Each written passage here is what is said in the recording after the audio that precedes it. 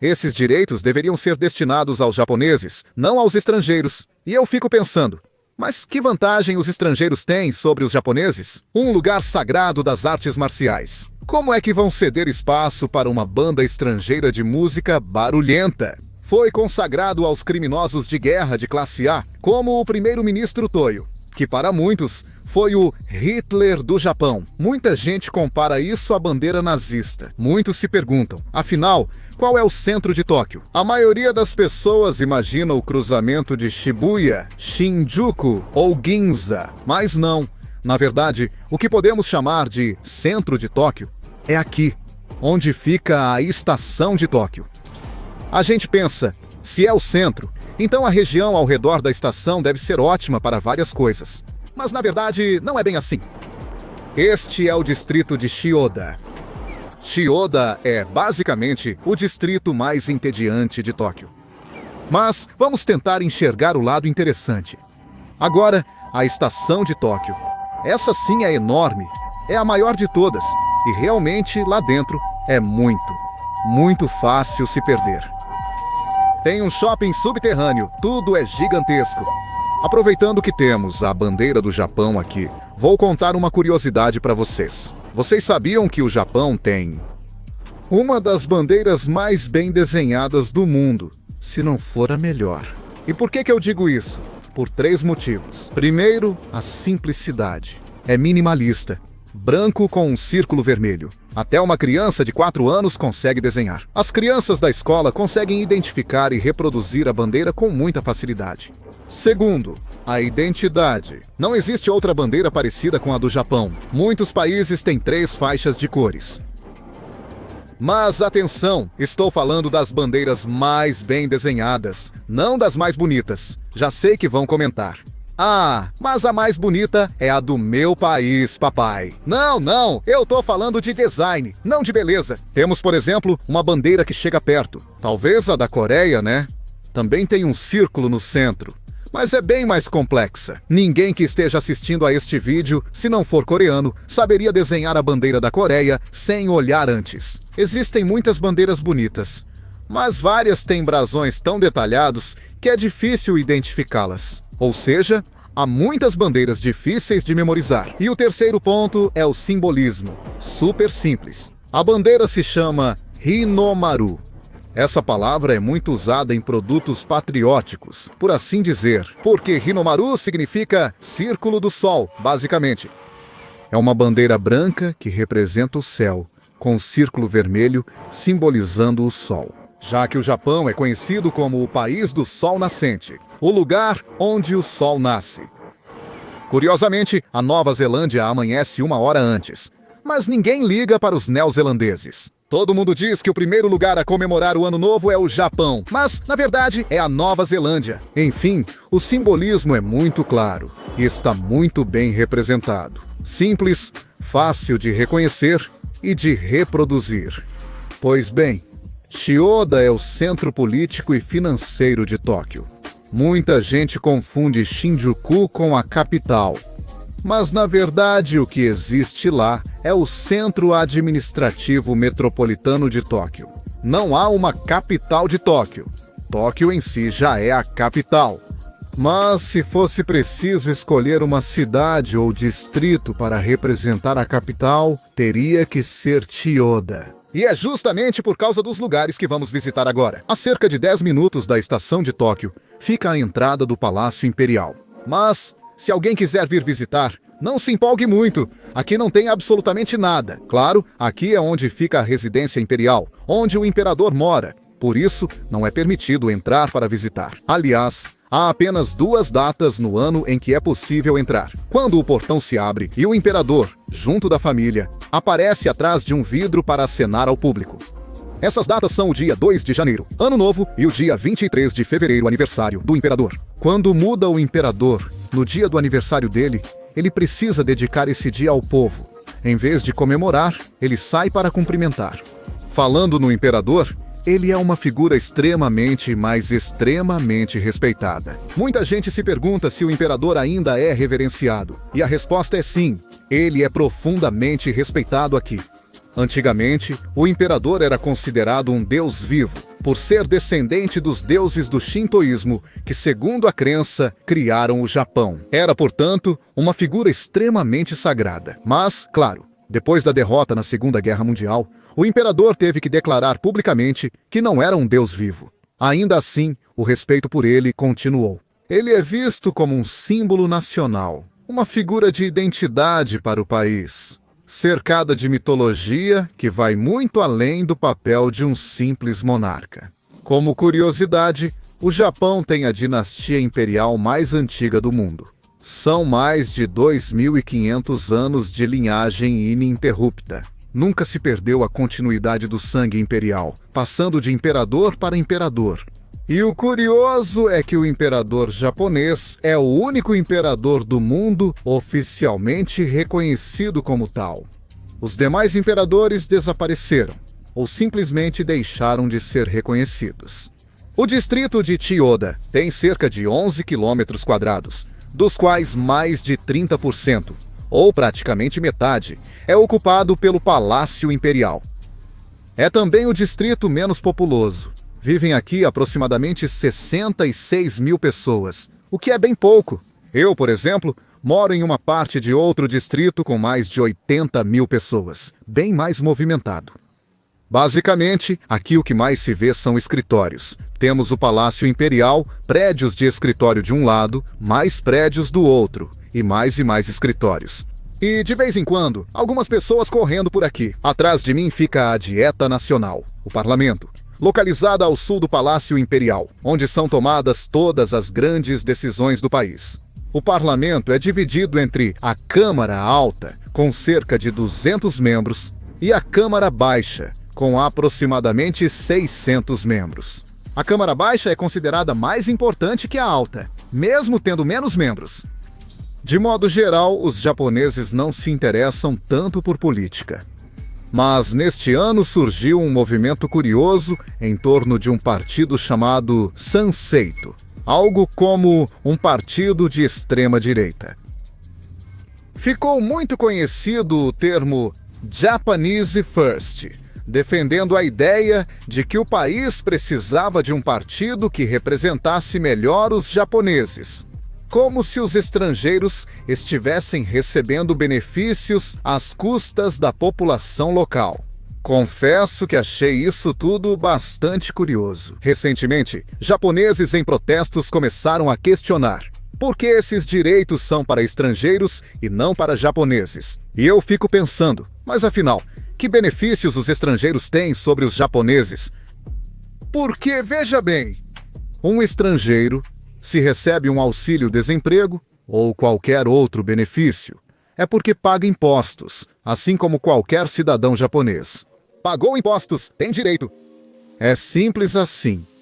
E, procurando bastante, o único benefício real que encontrei que estrangeiros têm e os japoneses não é o de bolsas universitárias que permitem a estudantes estrangeiros virem estudar no Japão. Essas bolsas cobrem parte das despesas de estudo e também oferecem uma ajuda de custo. Mas claro, não é dinheiro para sair para festas todos os dias. Não é um salário completo. Você ainda precisa trabalhar. Mas o avanço e o crescimento do Sanseito foram bem grandes. Na Câmara Alta, eles tinham apenas um assento, ou seja, um único membro. Na Câmara Baixa, também só um, 2 no total. E, em 2025, nas eleições parlamentares, esse número subiu para 16 ou 17 membros. Ou seja, passar de 2 para 17 é um salto enorme. Claro, o parlamento tem entre 700 e 800 membros no total. Mas, para um partido pequeno, o crescimento foi considerável em pouco tempo. Agora, é importante esclarecer algo. Às vezes se diz que os japoneses são racistas, xenófobos, que não gostam de estrangeiros. Mas, na prática, e isso é algo que os japoneses não podem dizer abertamente, quando falam sobre problemas com estrangeiros, na verdade se referem principalmente aos cidadãos chineses, porque atualmente a maior parte da imigração no Japão vem da China. Só que, claro, eles não podem simplesmente dizer: vamos tomar medidas contra os chineses. Então, o Sanseito acaba defendendo que não haja estrangeiros no parlamento. sem dizer diretamente chineses. O problema é que o Japão enfrenta uma crise demográfica, certo? Daqui a 50 anos, se a imigração for aberta, a maioria dos imigrantes provavelmente será chinesa. E aí surge a preocupação. E se daqui a 50 anos metade do parlamento for de origem chinesa? É algo que realmente preocupa muita gente. Mas veja, o parlamento japonês conta com cerca de 10 partidos políticos, e o Partido Liberal Democrático representa cerca de 40% deles. Então não é que o Japão esteja se tornando um país anti-imigração ou super xenofóbico. Há apenas alguns partidos tentando se precaver, mas, veja, até o Partido Comunista faz parte do parlamento, mesmo que seja considerado um dos menores. E essa é uma das principais razões pelas quais Chiyoda é considerado o distrito mais sem graça de Tóquio. É justamente a área com menos opções de entretenimento. Ou seja, para turismo, passeios ou lazer, Chiyoda praticamente não oferece nada. Isso foi planejado propositalmente para evitar tumultos e movimentação excessiva perto do Palácio Imperial, onde vive a família imperial. Então, concentraram por aqui todos os escritórios, a zona administrativa e os prédios do governo. E como não há áreas de lazer, naturalmente não se formam aglomerações de pessoas. Além disso, há por aqui um parque com um anfiteatro. No fim de semana passado, fui lá assistir a banda Braddio, que é boa, mas não muito conhecida. Ah, e tinha outro lugar por perto também. Hoje, inclusive, estamos gravando de bicicleta, porque dar toda a volta no Palácio Imperial a pé é praticamente uma tortura. Apesar de haver linhas de metrô, o trajeto seria uma eterna sequência de sobe e desce. Mas olhem só! Aqui está uma das entradas da área do palácio. E é engraçado, porque você anda bastante até encontrar uma entrada que, na verdade, te leva para a saída. Uma entrada que leva à saída. Os turistas veem o portão enorme e pensam: uau, com certeza essa é a entrada do Palácio Imperial. Mas não, o palácio não é aberto à visitação. Na prática, só há entradas que saem. Aqui, por exemplo, estão os famosos Jardins Orientais do Palácio Imperial, que, por sinal, não vamos visitar, porque é um lugar enorme, exige muita caminhada e oferece pouco para ver. Minha recomendação é deixar para visitar por último. É gratuito, mas nem sempre está aberto e há dias em que fecha. Então, é algo que precisa de planejamento e não vale tanto a pena. Isso é o mais próximo que você pode chegar de uma visita ao Palácio Imperial. Mas, sinceramente, é bem sem graça. Aqui também fica o Nippon Budokan, um estádio de eventos muito famoso, construído originalmente para torneios de artes marciais. Competições de artes marciais. Hoje em dia, no entanto, é palco de shows e apresentações musicais. O curioso é que o local era visto como um espaço sagrado das artes marciais. Não só pela arquitetura, mas também pelo simbolismo de estar ao lado do Palácio Imperial. Ou seja, o Budokan era reservado exclusivamente às artes marciais. Mas em 1966, pela primeira vez na história do Nippon Budokan, uma banda de rock se apresentou ali. E qual banda foi essa? Os Beatles, o que na época causou uma enorme polêmica, um verdadeiro escândalo. Afinal, era um local sagrado das artes marciais, e ainda por cima, ao lado do Palácio Imperial. Como é que iriam ceder esse espaço para uma banda estrangeira de música barulhenta? Mas, no fim das contas, eles conseguiram se apresentar. E a partir daí, o Budokan começou a se tornar um palco popular para todo tipo de evento. Musicais, shows de rock e muito mais.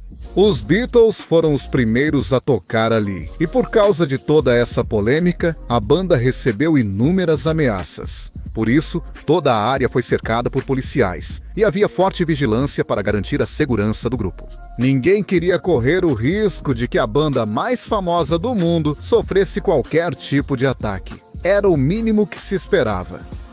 De todo modo, já estive aqui várias vezes. Vim assistir a banda japonesa Luna Sea e também ao Judas Priest. Acho que foram só essas 2 vezes mesmo. E bem em frente ao Budokan fica o Yasukuni Jinja, o Santuário Yasukuni. Ele foi fundado especialmente para homenagear todos que serviram ao país em tempos de guerra e conflitos armados. Desde a restauração Meiji, a partir de 1868, esse santuário carrega uma grande carga de controvérsia. O fato é que neste santuário são lembrados e até celebrados alguns nomes específicos. Entre eles, os criminosos de guerra de classe A da Segunda Guerra Mundial, ou seja, os maiores criminosos de guerra do Japão, como, por exemplo, o primeiro-ministro Toyo, considerado, entre aspas, o Hitler do Japão. Mas é importante dizer que o Yasukuni não é um cemitério. Não há cinzas nem restos mortais de soldados. É um santuário simbólico. Em vídeos anteriores, eu mencionei que no budismo há funerais e que templos budistas costumam administrar cemitérios. Mas aqui não tem nada a ver com isso. Este é um dos poucos casos em que um santuário shintoísta tem relação com a morte. Neste caso, dos que morreram em combate. Olha ali, um fuzileiro naval. Mas o único elemento que existe dentro do santuário principal é algo chamado Reijibo. É como um pergaminho onde são registrados os nomes de cada soldado ou pessoa que serviu ao país e morreu nessa função. Ou seja, não apenas soldados, mas também enfermeiras de guerra, trabalhadores que transportavam suprimentos, todos que contribuíram de alguma forma durante os conflitos. Todos são consagrados no Reijibo, onde seus nomes são escritos. Atualmente, há cerca de 2,5 milhões de pessoas registradas ali. Deve ser um livro enorme, ou vários volumes, provavelmente. Quando a Segunda Guerra Mundial terminou, os criminosos de guerra de classe A não foram consagrados. Isso só aconteceu em 1978, por uma série de razões. Uma delas era a ideia da igualdade na morte. O santuário não faz distinção entre quem foi bom ou mal, útil ou não na guerra. Se morreu servindo ao país, já teria o direito de ser consagrado. Outra justificativa é que o santuário cumpre uma função religiosa, não política. A intenção não é glorificar ninguém, mas apenas celebrar o espírito de quem serviu ao país. Há também a questão da soberania nacional, já que a pressão internacional é vista como uma interferência externa. O argumento é que o cidadão japonês tem o direito de homenagear seus mortos, independentemente do que tenham feito em vida. E por fim, há o pedido das famílias, porque, claro, os criminosos de guerra de classe A também tinham esposas, filhos e parentes que exigiram que fossem incluídos na consagração. Afinal, já haviam cumprido suas penas e, segundo suas famílias, tinham o direito de ser homenageados no mesmo local que os demais. No fim das contas, eles também serviram ao país, assim como os outros. E foi assim que, em 1978, os nomes dos criminosos de guerra foram adicionados, em segredo. Nem mesmo o imperador sabia dessa decisão. No ano seguinte, a imprensa descobriu o fato, após o vazamento da informação de que esses nomes haviam sido incluídos. Foi um escândalo nacional e internacional, que acabou anulando todas as justificativas apresentadas antes da decisão. Eles queriam manter tudo em sigilo, justamente porque sabiam o quanto isso seria criticado. Mas desde então, o imperador deixou de visitar o santuário para não demonstrar apoio à decisão. Foi, basicamente, uma atitude politicamente correta. Até porque muitos desses criminosos eram pessoas que o imperador conhecia pessoalmente, já que os principais nomes da guerra tinham contato direto com ele. E aqui, dentro do terreno do santuário, fica o Yushukan, o Museu Yushukan. Para quem gosta de história militar e assuntos de guerra, o lugar é realmente muito interessante. Eu recomendo bastante. Há tanques de guerra da época, pequenos aviões e várias relíquias. A entrada da primeira parte é gratuita. Vamos dar uma olhada rápida, até porque o museu já está quase fechando. Olha só, o trem, o avião e os canhões ali ao fundo. Agora vejam que interessante. O Japão possui duas bandeiras, a nacional, chamada Hinomaru, e a do Sol Nascente. Na verdade, ambas têm origens muito antigas. O design atual é usado desde cerca de 1870, mas o conceito do Hinomaru remonta ao ano 701. O uso da bandeira do Sol Nascente, no entanto, é bastante controverso, pois representa o Japão imperial, o período colonizador e expansionista. Hoje em dia, esse símbolo é usado oficialmente pela Marinha Japonesa, embora originalmente representasse o exército em tempos de guerra. Por isso, seu uso ainda é motivo de críticas e discussões. Muita gente chega a compará-la à bandeira nazista, o que é incorreto. Essa bandeira já existia décadas antes da Segunda Guerra Mundial, então não tem a mesma origem. Mas ainda assim é um tema delicado e polêmico. O fato é que, para muitos, o uso da bandeira do Sol Nascente ainda causa certo desconforto. Por exemplo, os chamados Bozozokus, os motoqueiros de gangues japonesas. É comum que usem capacetes ou decorações com o desenho da bandeira do Sol Nascente, como forma de estilo e rebeldia. Sem emitir juízo, é um tema complexo e que gera opiniões divididas. E agora estamos em uma loja de artigos militares. Não é o mesmo local onde estávamos gravando. Já estamos mais para o final do vídeo. Mas fiquem tranquilos, as armas aqui são todas ilegítimas, são réplicas de Airsoft. Olha só que bonitos esses capacetes, são da Primeira Guerra Mundial. Uau, nossa, como isso é pesado. Muito bom mesmo.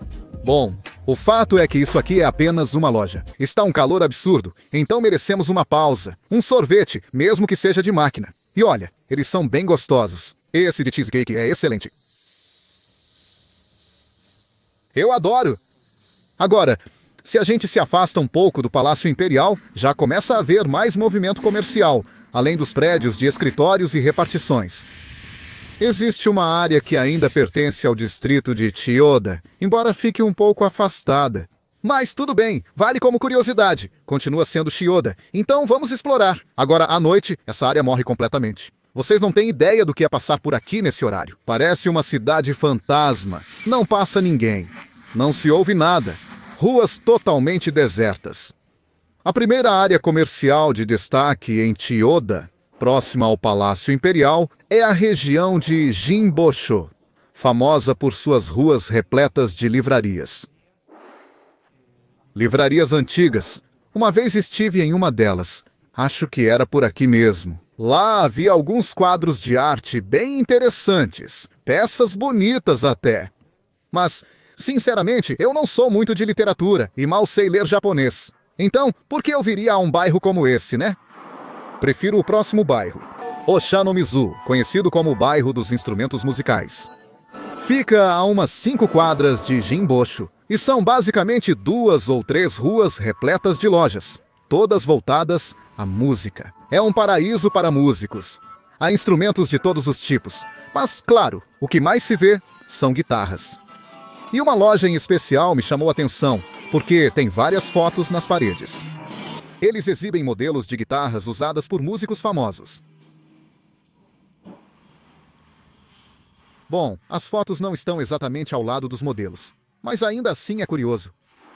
A loja indica quais modelos possui e também aqueles que está tentando adquirir para revenda. Gosto muito da banda Scandal, especialmente dos primeiros álbuns, e vi fotos de vários artistas conhecidos por aqui. Mas, no fim das contas, não tenho muito o que fazer aqui. Nem tocar pandeiro eu sei. E claro, estando no bairro dos instrumentos musicais, tem algo que eu adoro. Os trilhos de trem que cortam e dividem completamente a paisagem urbana. Porque aqui desse lado, e logo aqui do outro lado está Akihabara, que também faz parte do distrito de Chiyoda. No mapa dá pra ver direitinho Chiyoda. É basicamente um grande círculo em torno do Palácio Imperial, com uma pequena extensão que inclui Akihabara, o famoso bairro Otaku, que não tem nada a ver com o resto que vimos até agora. Mas um amigo meu, o Dani, comentou sobre um lugar curioso daqui chamado Torakon. Ele explicou que é um tipo de Kekkon Soudanjo. E o que é um Kekkon Soudanjo? Oficialmente, é como um escritório, onde você paga por um serviço que inclui assessoria e orientação, e algumas outras ajudas extras. A ideia é procurar um parceiro ou parceira, mas com um objetivo bem claro: o casamento. Afinal, Kekon significa casamento e Soudanjo quer dizer algo como assessoria ou consultoria. E o mais curioso é que este de Akihabara é voltado para otakus, para ajudar quem quer encontrar alguém com os mesmos interesses. Achei muito interessante. É a primeira vez que vejo algo assim. E, sinceramente, faz todo sentido existir um Kekon Soudanjo exclusivo para otakus. Bem legal. E ali estão as maids, as garotas fantasiadas. Vamos ver se conseguimos entrar em algum café hoje. Vídeos sobre Akihabara eu já gravei várias vezes. Então, em vez de mostrar as mesmas lojas de sempre, vamos tentar encontrar algo diferente desta vez. Bom, entramos em um lugar e só pudemos filmar discretamente. Basicamente, conversei um pouco sobre as diferenças entre esse tipo de café e o tradicional Maid Café, que vocês já conhecem. O Concafé, ou Concept Café, é um bar que abre à tarde, onde dá para conversar com as garotas. Já o Maid Café não é voltado para conversa, é mais sobre a experiência visual e o atendimento. Existem também os Girls Bar, cuja principal diferença é o ambiente, mais noturno e voltado à paquera. Os preços variam porque o serviço costuma incluir mais interação e flerte com as garotas. Nos Girls Bar, elas nem sempre usam fantasias, embora alguns mantenham o estilo maid como tema. Esse lugar em específico tem uma pegada bem Disney, inspirado em A Bela e a Fera. Daí vem o termo Concafé, de Concept Café. Mas não vamos ficar muito mais tempo, porque, sinceramente, aqui é um pouquinho caro. O valor é de 3.000 ienes por 45 minutos, com bebidas liberadas, exceto cerveja. Eu pedi um cassis com laranja, que tem só um pouquinho de álcool. Estou pagando também pro Dani. No total, nós dois gastamos 6.000 ienes. E, além disso, é comum oferecer drinks para as garotas. E elas não param de pedir drinks. Elas bebem, terminam e já pedem outro. Cada drink oferecido a elas custa cerca de 1.500 ienes. Ou seja, 2 garotas, 2 drinks. A conta já vai para 9.000 ienes, o que dá uns $60, por 2 drinks e poucas palavras trocadas. Elas mal terminam um copo e já oferecem outro em seguida. E eu fico tipo, não, já deu, já vamos embora, chega!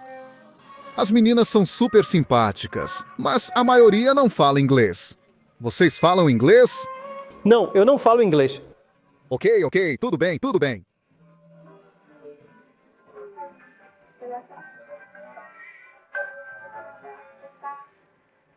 Das garotas que ficam nas ruas de Akihabara, perguntamos a várias, mas nenhuma permitiu gravação dentro dos estabelecimentos. Em uma delas, perguntamos se podíamos ao menos nos filmar. Ela disse, pode ser, vamos perguntar ao gerente. Aí nos levaram até lá. E olha, é difícil encontrar um lugar que permita gravar. Dá pra ver? Ali no número 8, dá pra perceber que realmente há garotas trabalhando. Mas o que nos deixaram entrar foi o do 7º andar. O Concept Café, inspirado em A Bela e a Fera. Bom, pessoal, eu já estou exausto. Nos vemos na próxima. Foi ótimo. Um abraço pra você, pra sua família, pro seu pet e até pro seu vizinho chato.